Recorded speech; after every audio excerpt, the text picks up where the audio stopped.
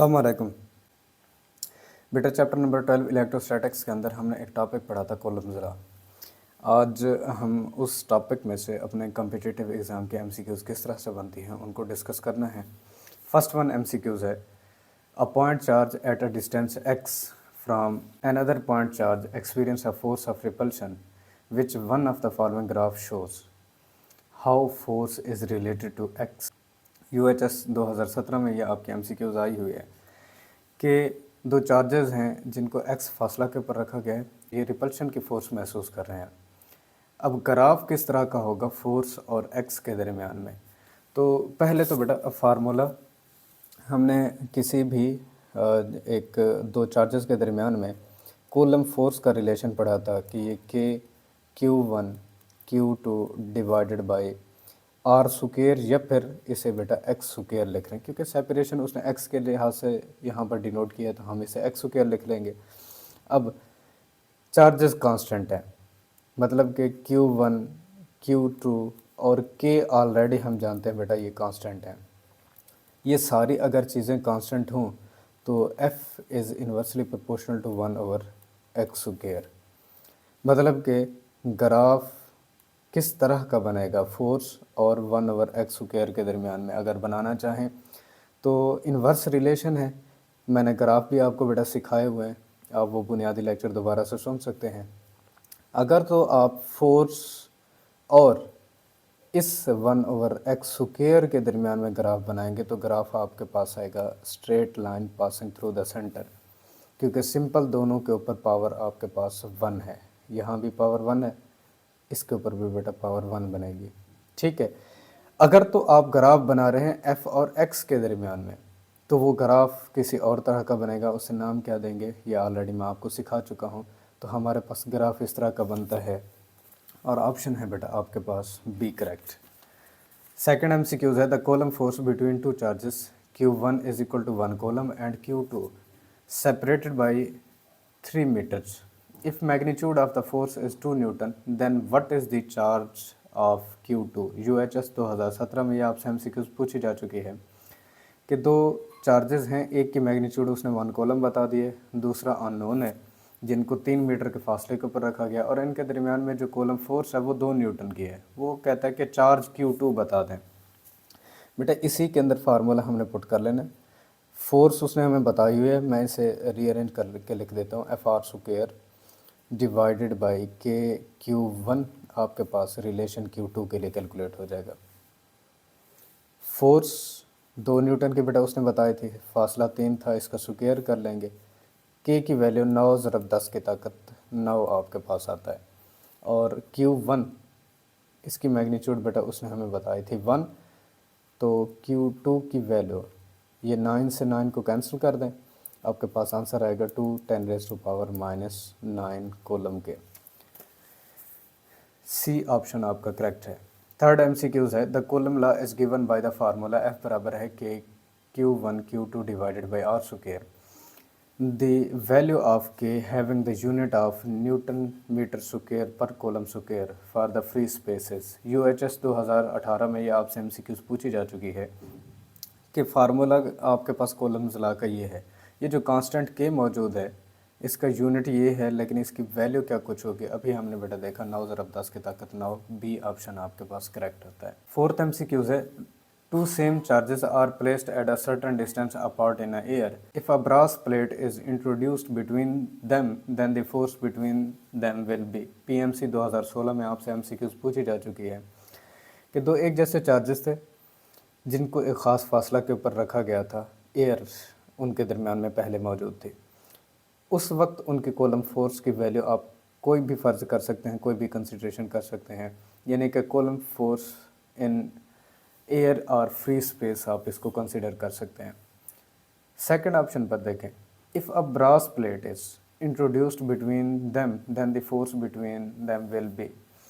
बेटा फार्मूला हमारे पास था कॉलम फोर्स का, F बराबर है के की वैल्यू मैं यहाँ बेटा रिप्लेस कर देता हूँ 4πε0 Q1 Q2 divided by are square. ये उस वक्त फार्मूला हम अप्लाई करते हैं जब हमारे पास फ्री स्पेस मौजूद हो। अगर हमने किसी किस्म का कोई मीडियम आकर प्रेस किया तो यही फोर्स हमारे पास एक नए रिलेशन में आ जाती थी 4πε0 epsilon naught epsilon r Q1 Q2 divided by are square, जहाँ एप्सिलॉन नॉट आपके पास परमिटिविटी ऑफ फ्री स्पेस, जबकि एप्सिलॉन आर आपके पास परमिएबिलिटी कांस्टेंट हुआ करता था, यानी कि कोई भी एक मीडियम की खसूसियत थी। अब एक फैक्टर डेविएशन के अंदर मज़ीद इंक्रीज़ हो गया है, जो ज़ाहिर कर रहा है कि आपके पास जो कूलम फोर्स है फॉर अ मीडियम वो डिक्रीज़ हो जाती है। तो फोर्स बेटा डिक्रीज़ कर जाती है किसी भी मीडियम को दो चार्जेस के दरमियान में प्लेस करने से। ऑप्शन आपके पास बेटा रहेगा डी करेक्ट। फिफ्थ एमसीक्यूज है, a charge Q is placed at a centre of two charges plus Q and plus Q, the system is in equilibrium, then the net force experienced by the Q। PMC 2016 में आपसे MCQs पूछी जा चुकी है कि दो similar charges हैं plus Q और प्लस Q, यानी कि पॉजिटिव चार्जेस हैं, जिनके दरमियान में आकर हमने किसी एक दूसरे टेस्ट चार्ज Q को प्लेस किया है। अब अगर सिस्टम इक्विलिब्रियम की हालत में मौजूद हो तो नेट फोर्स Q चार्ज क्या एक्सपीरियंस करेगा।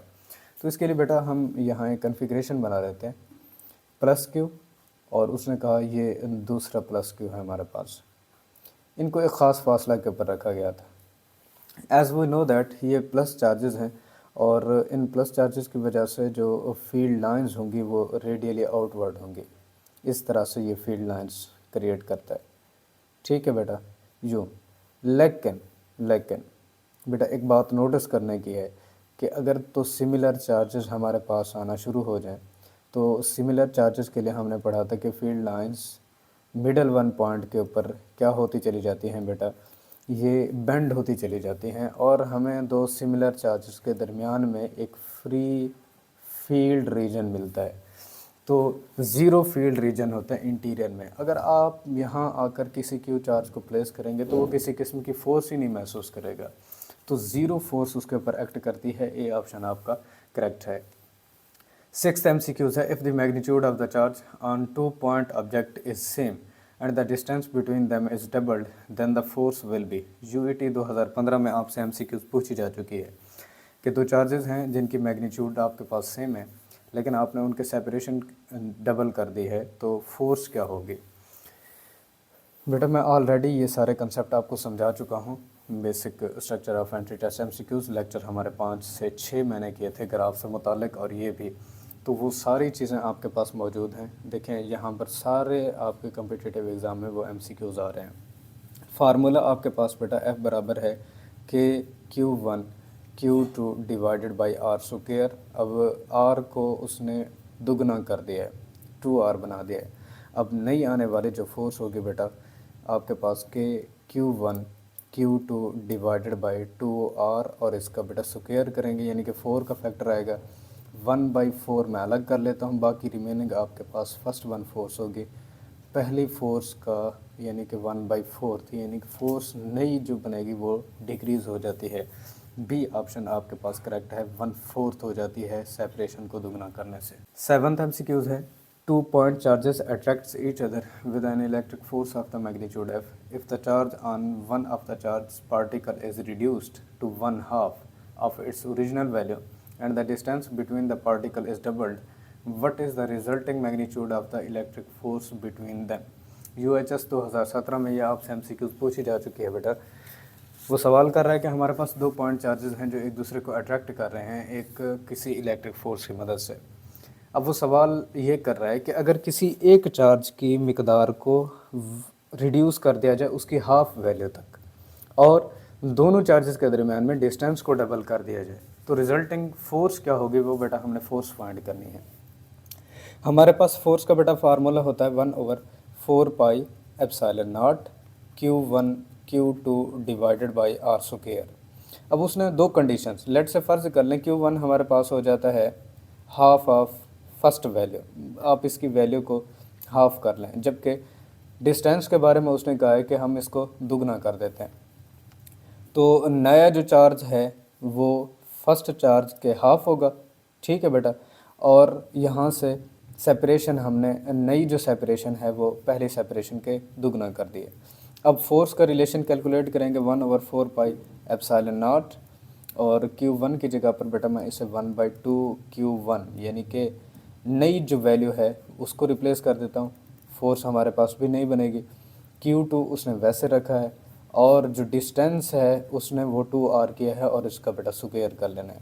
मज़ीद इसको सिंप्लीफाई करेंगे बेटा 1/4πε0 1/2 रहेगा Q1 Q2 और नीचे बेटा आपके पास जो फैक्टर आएगा वो 4r स्क्वायर के आएगा। अब बेटा इसको नीचे आप मल्टीप्लाई कर लें। 1/2 को डिवीजन के अंदर लिखना चाहेंगे तो आपके पास 1/4πε0, मैं इसको Q1 Q2 divided by 8r square लिख रहा हूँ। मज़ीद सिंप्लीफाई कर लें 1/8 इसको बेटा कर लें और 1/4πε0 अलग कर दें और Q1 Q2 divided by r square ये अलग कर दें।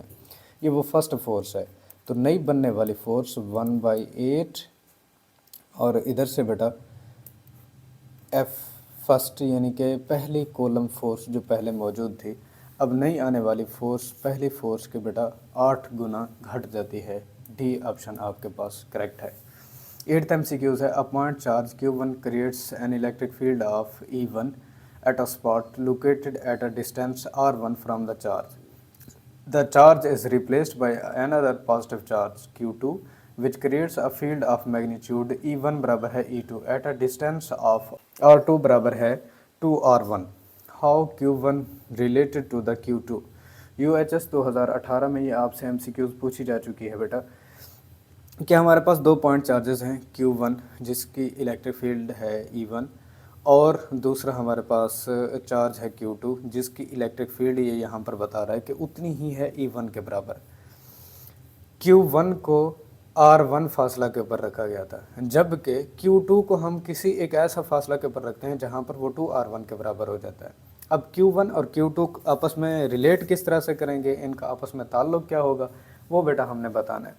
तो electric field in term of charges E1 पहले चार्ज की electric field Q1 divided by R1 square, इसे बेटा इक्वेशन नंबर 1 कर लें और E2 उसने हमें बताया था कि Q2 और R2 स्क्वायर हमने करना है। मैं इसकी वैल्यू को बेटा रिप्लेस कर देता हूँ। Q2 डिवाइडेड बाई R2 उसने कहा 2R1 के बराबर है, ठीक है बेटा, इसका स्क्वायर भी कर लेना है। तो E2 की वैल्यू आपके पास यहाँ से कैलकुलेट हो जाएगी कि Q2 divided by 4R1 square, ठीक है बेटा। मज़ीद इसको सिंप्लीफाई कर लें। E2 बेटा बराबर होगा आपके पास 1/4 के Q2 divided by R1 square, ठीक है बेटा। इसे इक्वेशन नंबर आप 2 कर लें। अब उसने कहा कि E1 बराबर है E2 के, यानी कि दोनों चार्जेस की फील्ड्स आपस में बराबर थे, तो हम इनके रिलेशन राइट हैंड साइड भी आपस में बराबर कर लेते हैं कि Q1 R1 square is equal to 1/4 के Q2 R1 स्क्वायर, इसको लिख देते हैं। के से बेटा के को कैंसिल आउट कर दें, R1 से R1 स्क्वायर, तो आपके पास Q1 बराबर होगा Q2 डिवाइडेड बाई 4 या सिंपली 4Q1 बराबर है Q2 के। तो ये दो चार्जेस इस तरह से एक दूसरे से इंटर रिलेट करते हैं और बेटा हमारे पास ऑप्शन बनता है ए करेक्ट। 9th MCQ है, an object has a charge of 15 microcoulomb and object B has a charge of 10 microcoulomb. Which statement is true about the electric forces on an object. UHS 2018 में आपसे MCQ पूछी जा चुकी है बेटा कि आपके पास एक ऑब्जेक्ट है ए जिस पर 15 माइक्रोकूलम का चार्ज है, जबकि दूसरे बी ऑब्जेक्ट के ऊपर 10 माइक्रोकूलम का चार्ज है। अब इन दोनों चार्जेस के दरमियान में इलेक्ट्रिक फोर्स के बारे में कौन सी स्टेटमेंट ठीक होगी। FAB बराबर होगा -3 FBA, FAB बराबर होगा -FBA, 3FAB बराबर होगा -FBA, या डी ऑप्शन है -3AB बराबर होगा 2FBA। कि FAB या BA, पहले ये बेटा कंसेप्ट समझ लें। ए चार्ज के ऊपर या ए ऑब्जेक्ट के ऊपर लगने वाली बी ऑब्जेक्ट की तरफ से फोर्स, बी ऑब्जेक्ट पर लगने वाली ए चार्ज ऑब्जेक्ट की तरफ से लगने वाली फोर्स, तो ये वो फोर्सेस थी। पहली तो बात यह है कि दो चार्जेस के दरमियान में जो फोर्स लग रही होती है according to coulomb law follow करता है न्यूटन थर्ड लॉ को, जो हमने अपने लेक्चर के दौरान इस चीज़ को डिस्कस किया था कि हर अमल का एक रद्द अमल होता है। चूँकि हमारे पास कोलम फोर्स एक म्यूचुअल फोर्स होती है, तो इसीलिए थर्ड लॉ को फॉलो करती है तो बी ऑप्शन आपके पास करेक्ट बनता है। हमेशा ए ऑब्जेक्ट पर बी की तरफ से लगने वाली फोर्स बी ऑब्जेक्ट पर ए की तरफ से लगने वाली फोर्स मैग्नीट्यूड में बराबर और सिमत में मुखालिफ होगी। आपके पास ये ऑप्शन करेक्ट बनता है। 10th MCQs, consider a negative point charge is moving along a straight line path directly towards a stationary point positive charge. Which aspect of the electric force on the negative point charge will remain constant as it moves? PMC 2018 में ये आपसे MCQs पूछी जा चुकी है कि आपके पास एक कोई नेगेटिव पॉइंट चार्ज है जो कि स्टेशनरी पॉजिटिव पॉइंट चार्ज की तरफ बिल्कुल स्ट्रेट पाथ के ऊपर मूव कर रहा है और उसी की ही तरफ मूव कर रहा है। अब इलेक्ट्रिक फोर्स तो नेगेटिव पॉइंट चार्ज के ऊपर लग रही होगी, उसके बारे में कौन सा एस्पेक्ट ठीक रहेगा वो हमने बेटा यहाँ से बताना है। अब इसके अंदर बेटा हमने थोड़ा सा रिलेशन को सिंप्लीफाई कर लेना है। बेटा यहाँ पर कन्फिग्रेशन बना लेते हैं। As we know that positive point charge की तरफ से जो फील्ड लाइंस होती हैं वो बेटा हमेशा रेडियली आउटवर्ड होती हैं। हेयर इज हम ये फील्ड लाइंस इसकी बना लेते हैं। अब ये हमारे पास स्टेशनरी है, इसी के ऊपर ही कोई एक नेगेटिव पॉइंट चार्ज है Q जो कि इसकी ही डायरेक्शन के अंदर मूव कर रहा है। एज वी नो दैट किसी भी एक चार्ज के ऊपर जो फोर्स है वो QE के बराबर होती है। ठीक है बेटा, इलेक्ट्रिक फील्ड क्या होगा और उसके ऊपर चार्ज क्या है। अब नेगेटिव चार्ज है तो यहाँ से माइनस और इसे E लिखा जाएगा, यानी कि direction of force and electric field ये एक दूसरे के अपोजिट रहेंगे।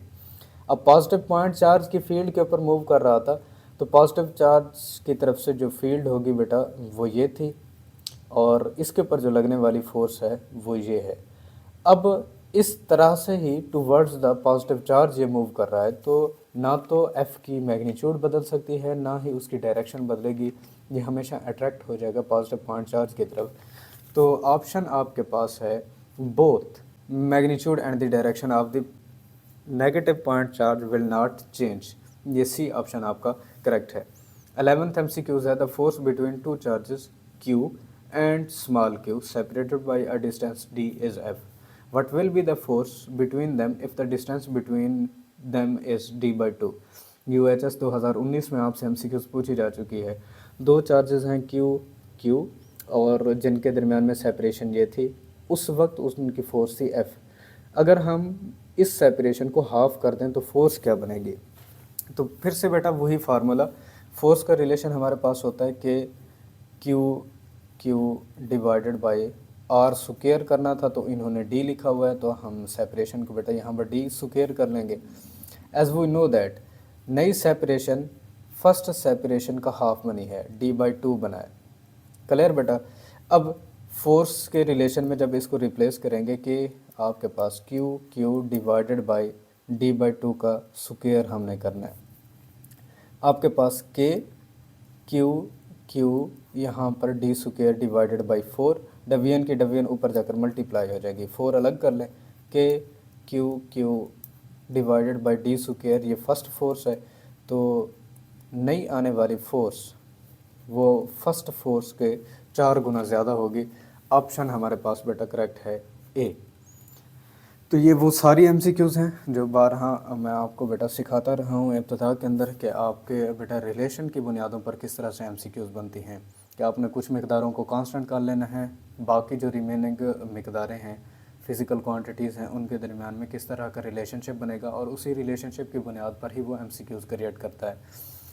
इंशाल्लाह अपने नेक्स्ट लेक्चर के साथ हाज़िर होंगे। इजाज़त दीजिए, अल्लाह हाफ़िज़।